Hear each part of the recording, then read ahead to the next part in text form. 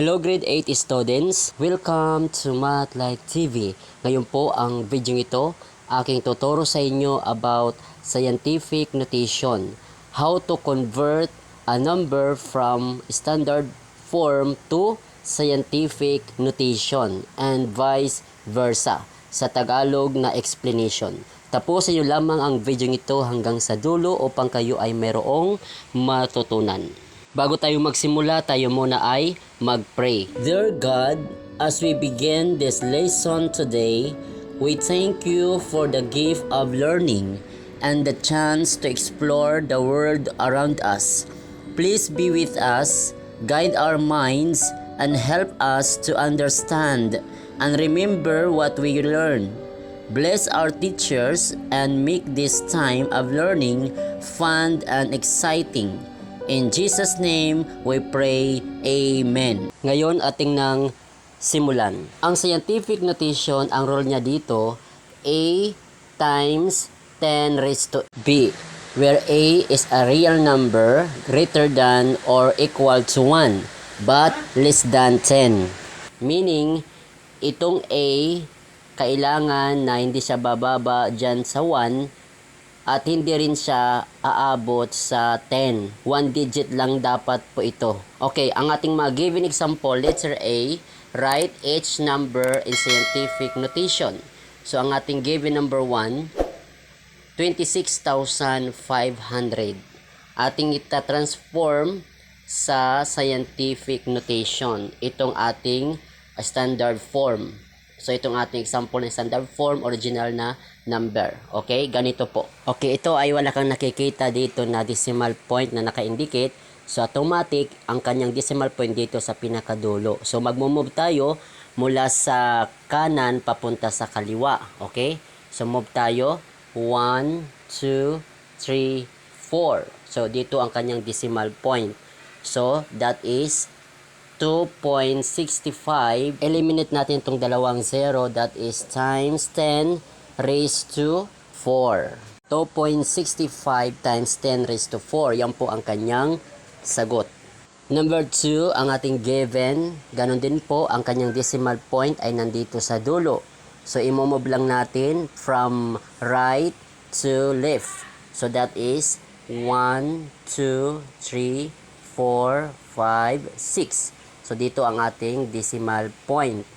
Okay? So, sa scientific notation, 6.407, then eliminate natin tatlong 0, then times 10 raised to 6 power. So, ito ang final answer, 6.407 times 10 raised to 6 power.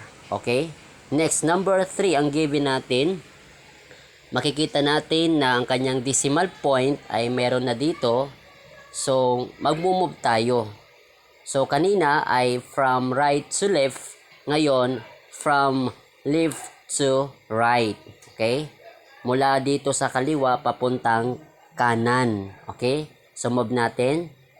Itong decimal point na nandito na na-given. So, 1, 2, 3, 4. So, ito po ang ating decimal point dito sa may after ng 6. So, that is 6.8 times 10 raised to 4. Ang sign niya ay negative. Okay? Raised to negative 4. Yan po ang kanyang sagot. So, tandaan, pag magmumove ka ng decimal place, kung wala kang makikita na decimal point na nakalagay, nandito yan sa dulo. So, pag move ka mula dito sa kanan papuntang kaliwa, yan po ay positive yung kanyang exponent. Ngayon, pag may nakita kang decimal na given na standard notation or original number, so magmumove ka mula sa decimal, imomove mo siya mula sa kaliwa papuntang kanan. Ang kanya naman magiging exponent ay negative. Okay? So, yan po ang iyong tatandaan, Kamathlight TV. Next, letter B. Write the following numbers in standard notation. So, ito naman po ay kabaliktaran dito sa letter A. Okay? So, ang gagawin natin, itong given na scientific notation, ating lang i-convert sa standard notation, yung kanyang pinaka-original na number. Okay, so ang given natin number 1, 1.35 times 10 raised to third power. So tingnan mo ang exponent ay positive. So third power, ibig sabihin tatlong decimal place tayo magmo-move. Okay? Dahil positive ang exponent, ibig sabihin mula sa left papunta sa right. Okay? Ganito po. Move natin ang decimal point ng tatlong beses. 1, 2, 3. So the final answer is 1,350. So nag-add lang tayo ng isang 0. Next, number 2, ang given natin ay 6.89 times 10.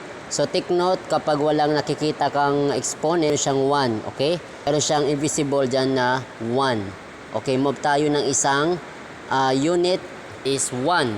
So the answer is, ang sagot ay 68.9. Okay? 68.9 yan po ang final answer. Next, number 3, ang given 5.2 times 10 raised to negative 2. Okay, take note, pag negative 2 ang exponent, meaning ang ating pagmumove ng decimal place ay papuntang kaliwa. From right to left, kasi negative ang exponent. So, ilang beses tayo magmumove? 2. Okay, 2 times. Okay, dalawang beses. So, move tayo mula dito sa decimal point papuntang kaliwa. 1, 2. So, lagyan natin ng 0. So, ito ang final answer. 0.052 or 0.052. Yan po ang final answer. Yan po, Kamat Like TV. Kaya ngayon, kung mayroon kang natutunan, pakipindot naman ang like. At kung bago ka pa lamang sa akin channel na ito, pakipindot naman ang subscribe, maging ang bell notification upang ikaw ay laging naka-update sa mga bagong video ni upload sa akin channel na ito. Maraming salamat po sa inyong panunood.